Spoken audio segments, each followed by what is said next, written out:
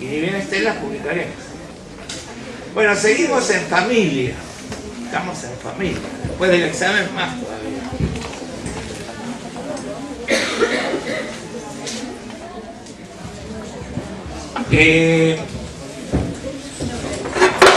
Yo los había dejado con una tarea de alguna manera interna. Si alguno podía tratar de pensar internamente la cuestión de la familia. ¿Alguno se tomó el trabajo de hacer un trabajo interno y ver qué cosas tienen ustedes con sus familias?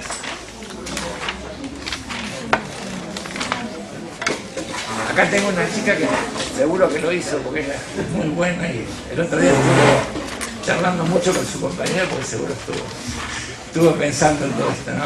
A ver, bueno, ¿alguien se tomó ese trabajo? ¿Alguno pudo salir de la trampa de alguna manera de pensar? Casi todos les digo que deben de tener casi el pretexto de estar en esta facultad porque sus padres fueron tan complicados que le cagaron la vida y por eso tiene que venir a arreglarse la facultad de psicología, ¿no? Esto generalmente es el argumento de casi todos los psicólogos cuando empezamos a estudiar. ¿Pero alguno pudo superar ese argumento y pensar su familia objetivamente? No, nadie. Vos lo decís con lástima. Tú, eso que estabas pensando y decías eso, ¿no? ¿Qué era? No, que no leíste. ¿No leíste? No estoy planteando que hayan leído, ¿no? Mi pretensión no fue que leyeran porque tuvieron un trabajo del parcial. La idea era que pudieran, de lo que estuvimos charlando en la clase, si lo pudieron seguir trabajando internamente, no que leyeran, no entraba el tema de familia en la... El tema de familia en sí mismo no entraba, lo único que entró en el parcial tuvo que ver cómo la familia es un grupo, porque tienen más bien que ver con el temario de grupo, nada más. Y esa no hubo, más allá de que algunos puedan haber dudas si entraron en el parcial o no, esa la contestó todo el mundo bien. No hubo problema. Esa es la única pregunta que hubo sobre esto. Bueno, nadie entonces estuvo representándose estas cosas.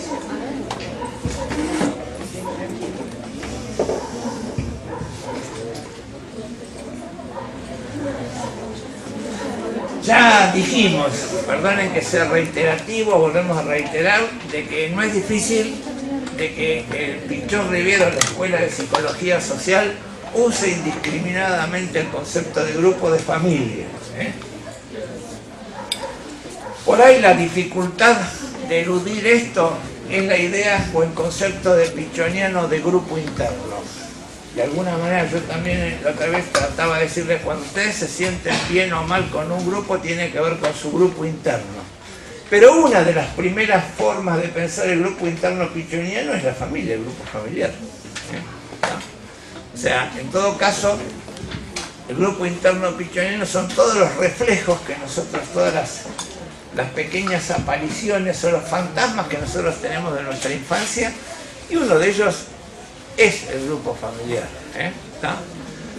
Habrá otros, y yo trataba, hablando de grupos, hacerlos pensar también que uno, si no le gustan los grupos, por ahí tiene que ver que sufrió el primario, sufrió el secundario, y no solamente porque sufrió la familia. A veces las dificultades con los grupos no tienen que ver con que uno sufrió su familia. ¿Correcto?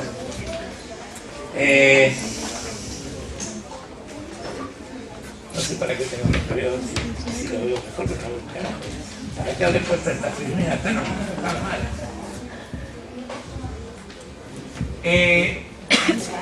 De alguna manera, uno de los primeros que por ahí puede facilitar, no desde la Argentina, esta confusión entre grupo y familia, hay un autor relativamente conocido y que tuvo en su momento su ascendencia y sobre otros autores, se llama Ackerman, y que escribió un libro que se llamaba Grupoterapia de la Familia. Él también norteamericano y todo, pero él también pensaba que veía a la familia como un grupo y creía que el hecho de los tratamientos tenía que estar dentro del terreno familiar. Una duda que vamos a tener histórica es lo siguiente. En las ideas de Pichón, vamos a acordar una cosa, aparece esta reflexión sobre la familia en Estados Unidos y aparece esta reflexión sobre la familia en Pichón Rivière. Son como más o menos contemporáneas estas reflexiones. Y la duda es, ¿Pichón habrá leído algo de los yanquis? No creo que los yanquis hayan leído algo de Pichón, ¿no? Supongo que... Porque en aquel momento no era tan fácil compartir bibliografía o información como hoy en día que tenemos internet y estamos prácticamente mezclados en las ideas. Aparentemente quedaría la duda si realmente Pichón vio estas cuestiones de las familias en algún otro contexto. Aparentemente él describe ¿se acuerdan que yo ya les conté que sobre la familia fue una de las primeras reflexiones pichonianas? ¿Por qué? Porque él estaba residente de psiquiatría y estaba en la parte de admisión del Borda. Y entonces las primeras reflexiones las hace diciendo: tengo que recibir pacientes que vienen a internarse nuevos, y ahí me pregunto si realmente el paciente es el que está enfermo o está siendo meramente un abanderado o un portavoz de lo que le está pasando a toda la familia. ¿Correcto? En este contexto es que él va a producir la mayoría, la famosa teoría de las 3D, de alguna manera, que después la va a pasar a los grupos, ¿no? Y eso ya lo vimos en grupo, no hace falta que lo repasemos demasiado. ¿Se acuerdan? El depositario, el depositante y lo depositado.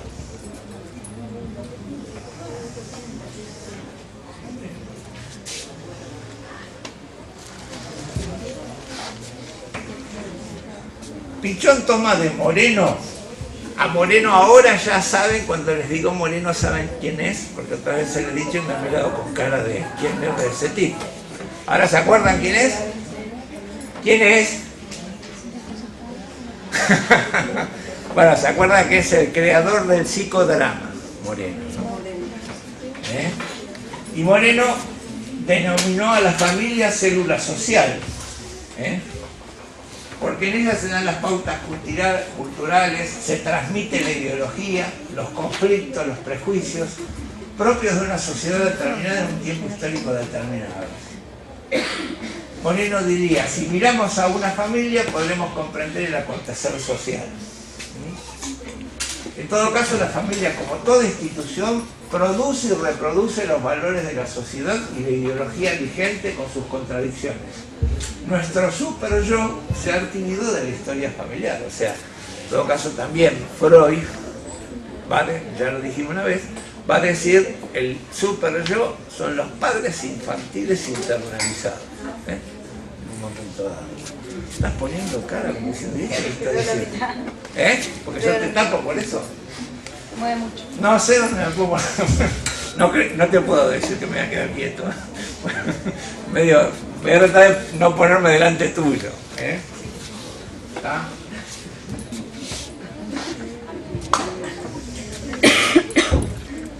A la miércoles, termina eso de lugar. Esto tiene que ver cuando uno cambia cuando cambia de Word, pasa de uno más moderno a uno más antiguo. Sí, a la miércoles, ¿qué quería esto? Y este está larguísimo, todavía seguro que no lo voy a poder arreglar, no pasa. No, energía completa. No, la parte de abajo. Ah.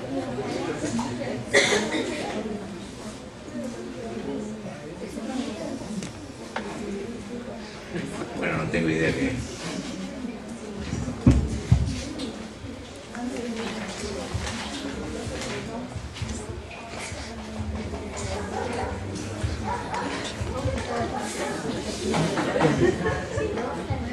¿Qué le pasó?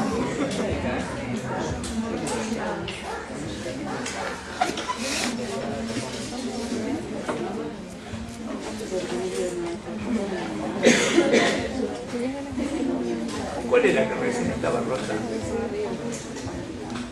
Bueno. La primera de todo. 3, 2, 1. Sí. ¿Y esta?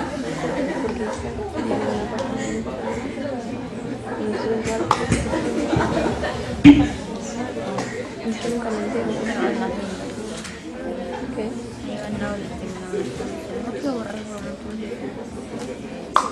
No puedo meter.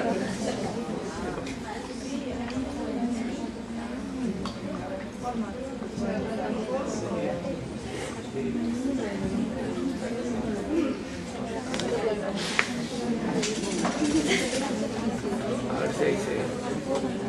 Esto fue lo que pasó, se salió esto. A ver si ahí se ve. ¿Se lee todo o te falta una parte? No, si falta no. Bueno.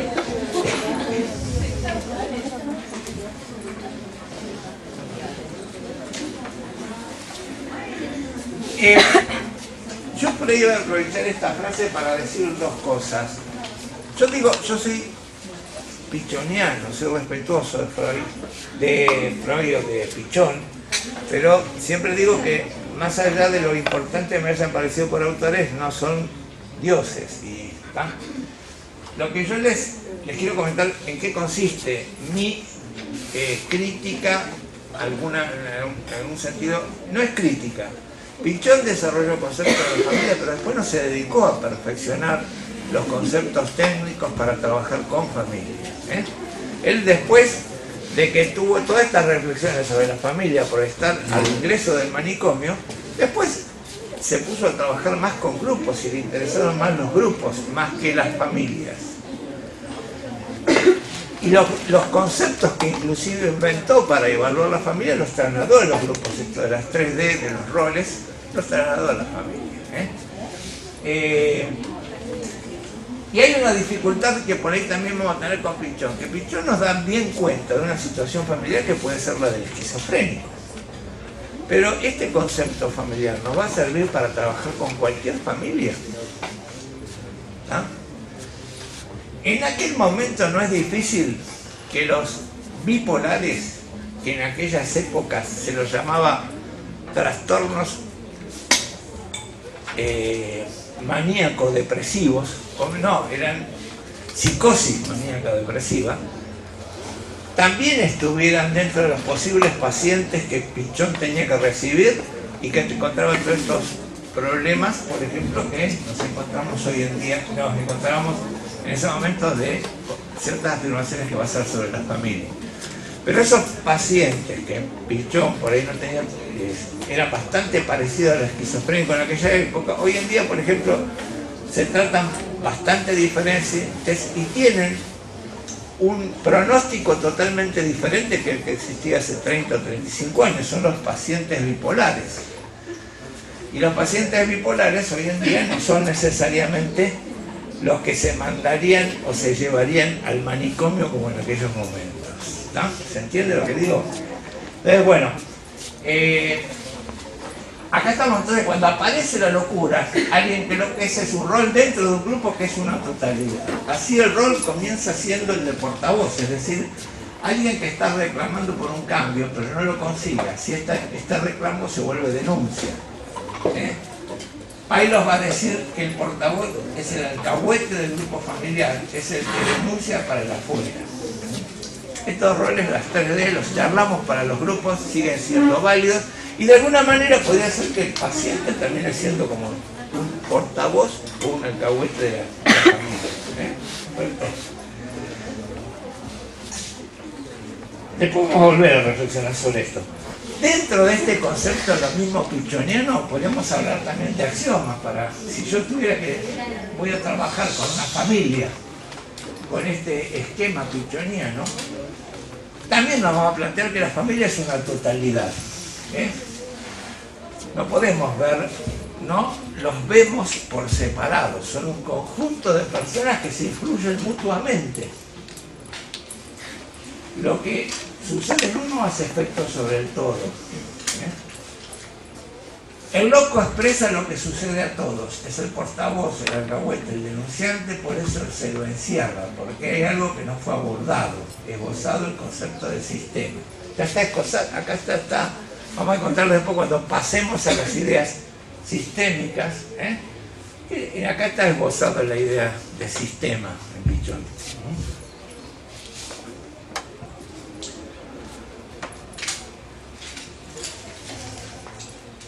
La salud de los miembros no es independiente de lo que pasa en el contexto familiar.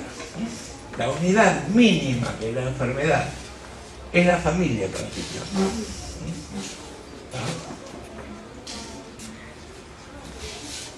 Ahí también podría ser sistémico el concepto. Profe, repite la segunda, por favor.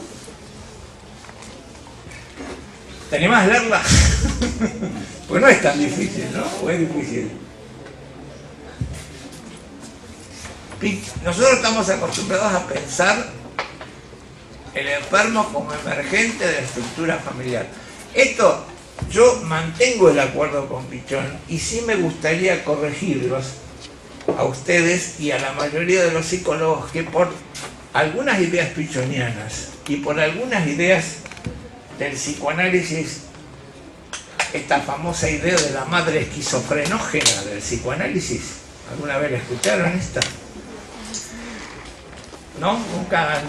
El psicoanálisis también, en determinado momento, factiblemente en esto predominó más la influencia de Melanie Klein que de Lacan. También existe este concepto de que el psicótico es producto de que tuvo una madre esquizofrenógena, alguien que producía esquizofrenia. ¿Correcto? Un vínculo que produce esquizofrenia. Pero bueno, Pichon no deja de ser, de alguna manera, que dice, es el emergente de una trama vincular familiar del paciente. Pero lo mismo me parece que hay una diferencia entre lo que dice Pichon y la idea de la madre esquizofrenógena.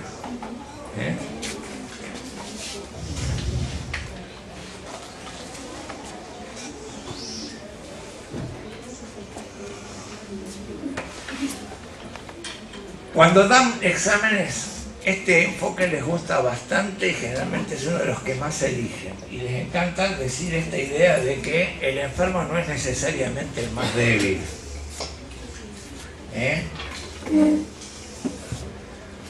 De alguna manera puede ser el más fuerte porque puede ser que se esté inmolando para salvar a la familia. De alguna manera se dice, por ahí el paciente enfermo estuvo luchando previo a la crisis como para poder establecer un equilibrio en el contexto familiar. Fue como el abanderado del equilibrio. Y yo podría dar un máster de eso. Sí. ¿Sí? ¿Y algunos? Bueno.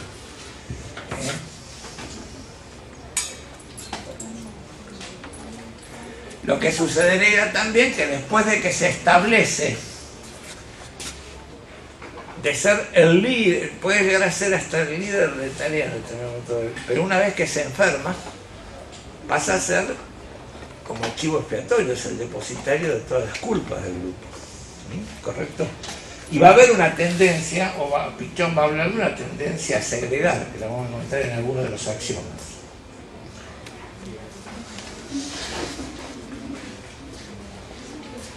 ¿Cuál sería el criterio entonces de salud en este enfoque? ¿Cómo se daría la salud? Cuando están adecuadamente repartidas las ansiedades.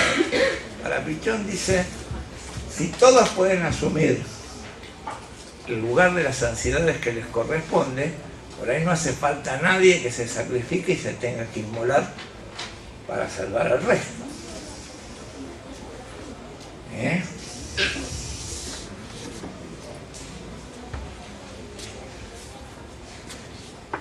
¿Estamos hasta ahí?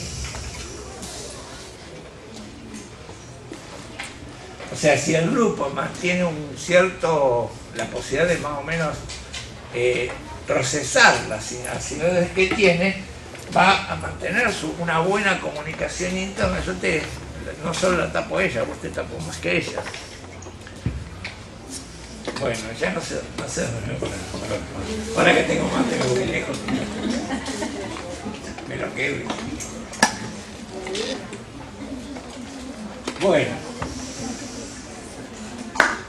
puede haber una buena comunicación interna y también una buena comunicación externa. Esto no lo dice Pichón, no lo dicen los norteamericanos.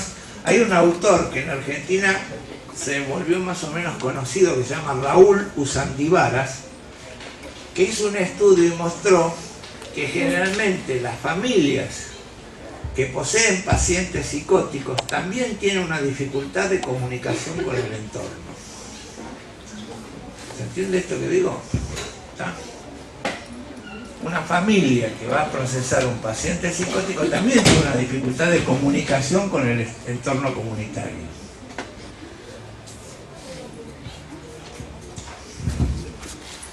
Ya te lo devuelvo acá. Vamos a hacer acá. ¿Cómo se aborda esto de la terapia en la familia y cómo se va detectando, digamos, el chivo expiatorio? ¿Cómo llega, digamos? ¿Me dejas que termine un poco con esto y nos dedicamos a charlar y tratar de verlo, si lo podemos poner? Porque yo les quiero contar dos modelos. Por un lado este, que es el de Pichón, y también les quiero contar algunas cosas del modelo sistémico. Y con toda esa base a ver si lo podemos charlar y comprender.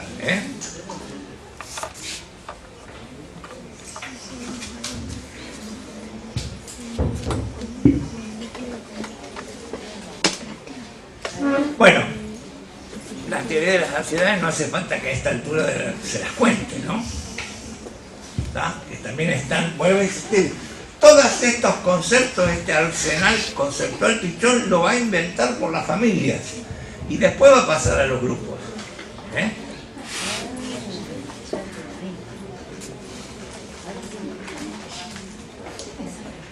Todo lo que estamos contando, ansiedad depresiva. Pero ahí hay una que la vimos. ¿Hay una que se perdió? No, hay una que la de Blecher. Falta la ansiedad paranoide. Está en la Pero, misma, la confusión. ¿eh? La misma definición. Le falta un pedazo, ¿no? A la otra. No, está por una. Sí, está más abajo. No entiendo. Vuelve a la anterior. Bueno, Ahí está. sí. A la pérdida y la... Ah, están los dos acá, perdón, sí. No sé para qué miro esto, que no tiene que mirar. Bueno.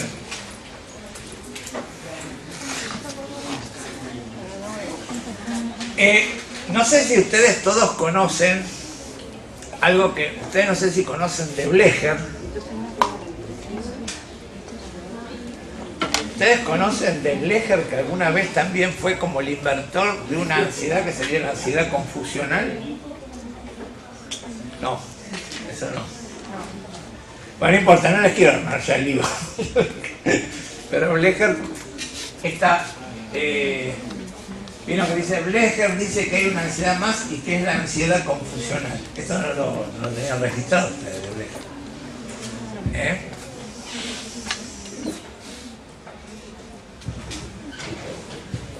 Pero Pichón dice que no cree que haya una ansiedad confusional, sino que en todo caso hay momentos de confusión cuando hay emergencia, se pasa de un polo paranoide a uno depresivo, lo que uno hace es confundirse. No me quiero meter en la ansiedad confusional de Blecher, que es bastante interesante, pero no vamos a llegar a ningún puerto hoy. Pero Blecher consideraría que la ansiedad confusional, por ejemplo, se daría en las personas que tienen epilepsia.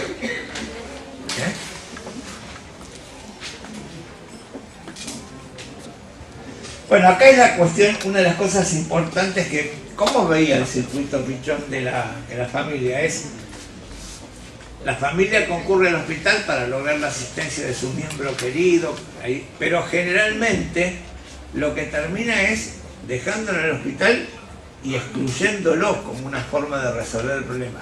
Dentro de la disociación, se volvió el abanderado de nuestra ansiedad, le pusimos todas las ansiedades, ahora le dejamos las ansiedades a ustedes y nos vamos. Aparentemente como una solución. No necesariamente las familias que hacen eso, también esto se podría comprobar, no necesariamente estando afuera después andan bien. Podríamos decir, puede ser que hasta los norteamericanos dirían, puede llegar a la familia tener que buscar otro paciente identificado con el problema.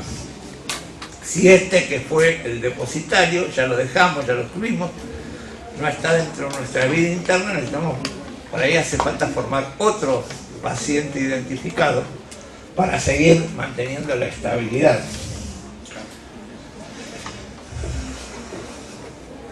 ¿Cómo es eso que se segrega al individuo pero no se lo saca de la casa? Como que habría un momento, yo acá creo que tiene, una de las está planteando es que no todos los pacientes terminaban excluidos, ¿correcto? Ahora, yo lo que insisto que esta es una de las dificultades de pensar en el esquizofrénico. El único paciente que se lo excluye de la casa generalmente es el esquizofrénico. Hoy en día tenemos otras patologías más o menos que también facilitan.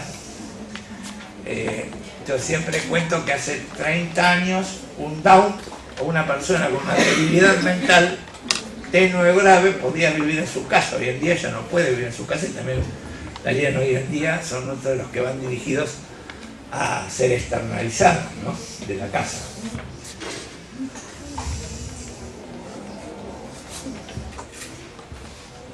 Me hace falta que explique esto, es más que obvio. ¿Cuál es el pretexto para sacar un esquizofrénico de la casa? Tratarlo. Y con la idea de tratarlo, de ayudarlo. Bueno, primer paso, con eso llegamos al hospital. Pero no lo dejamos internado. Y es una forma de sacarse de encima también. ¿Por qué lo decís bajito? A ver, jugaste. Si que tus compañeros te escuchen.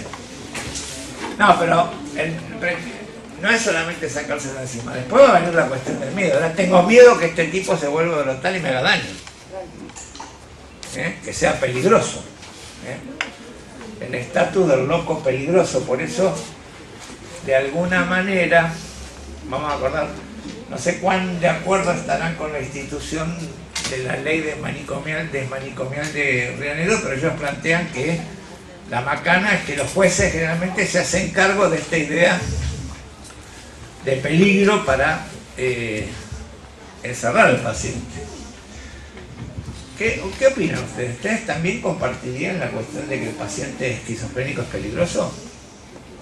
¿Alguien tiene una experiencia vital de haber estado con algún familiar o con alguien que tenga una enfermedad mental? ¿Nadie? ¿O un vecino? ¿No? Miren que se supone que hay uno de cada 100 personas que tiene un problema. Yo iba a contar algo. Dale. Mi abuela tenía un cuñado que tenía esquizofrenia y quería matar al hermano de ella, al otro hermano, digamos. A mi tío abuelo, digamos, lo quería, se llevaban muy bien, pero cuando le agarraban estos brotes, iba con un cuchillo y lo quería asesinar a él. Porque, o sea, bueno. Una anécdota. Lo mismo te voy a hacer un planteo. Que ahora que vos estás pretendiendo ser psicólogo, que tratás de hacer una buena autopsia de esto. Ver si realmente fue así. A ver, yo quiero que podamos cuestionar el mito del loco peligroso. ¿Todos ustedes estarían de acuerdo que un loco es peligroso? A ver, levanten la mano los que creen que no, que los locos no son peligrosos. 1, 2, 3, 4, 5. ¿Y los demás? A ver, ¿quiénes piensan que los locos no son peligrosos? A ver, ¿qué dije primero? Ahora levanten la mano todos los que piensan que los locos son peligrosos. ¿Uno solo? ¿Vos? ¿Cómo? Nadie más, pero los demás lo hacen de que no se animan a echarse a mí en contra. ¿Qué le dice locura, digamos? ¿Qué le dice locura? O sea, no. ¿Qué te parece que es la locura? Aprovechemos y discutamos. Loco y peligroso. Vos me dijiste, ¿a qué se le dice locura? Locura es una clasificación psiquiátrica. No. ¿Qué es? ¿Dónde viene la clasificación locura? ¿Cómo? No sé quién habló. ¿Alguien? Vos, dale.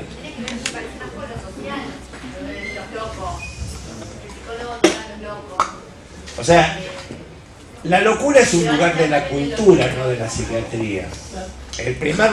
Los primeros locos fueron Romeo y Julieta, que se enamoraron, como si la sociedad se organizaba sin enamoramiento. O sea que era una locura enamorar. Sin matarse y morirse por enamorar, estar enamorado era una gran locura.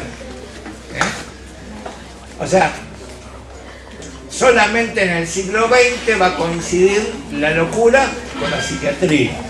No siempre coincidió. La histeria de Freud era una locura en su época. Era una gran locura la histeria freudiana. ¿Estamos de acuerdo hasta ahí? Porque además era una gran locura porque por ahí le sucedía a personas que estaban bien económicamente, que tenían un montón de otras cosas y otras virtudes, y de golpe estaban inhibidos por una serie de síntomas. ¿No? Bueno, pero ¿para qué apunto todo esto? ¿A quién le tendrían que tener más miedo? ¿A alguien considerado loco o anormal? De alguna manera, que en estos momentos se le puede declarar una incapacidad, se los puede encerrar en un manicomio, o a los que se consideran normales, pero que pueden ser delincuentes, son normales psiquiátricamente. Si fueran anormales, no irían a la cárcel. ¿Quién es más peligroso? ¿Un loco? Esta gente que comete delitos y qué sé yo, tiene un problema, tiene un síndrome de algo, locura, llámale como no ha llegado a la parte que va a decir que tiene una estructura perversa. Bueno, que no tiene arreglo. Bueno, después lo podemos recharlar también. Por hoy quiero poner en duda el mito o el lugar cultural de la locura, más que el de la delincuencia hoy. ¿Está? Lo que yo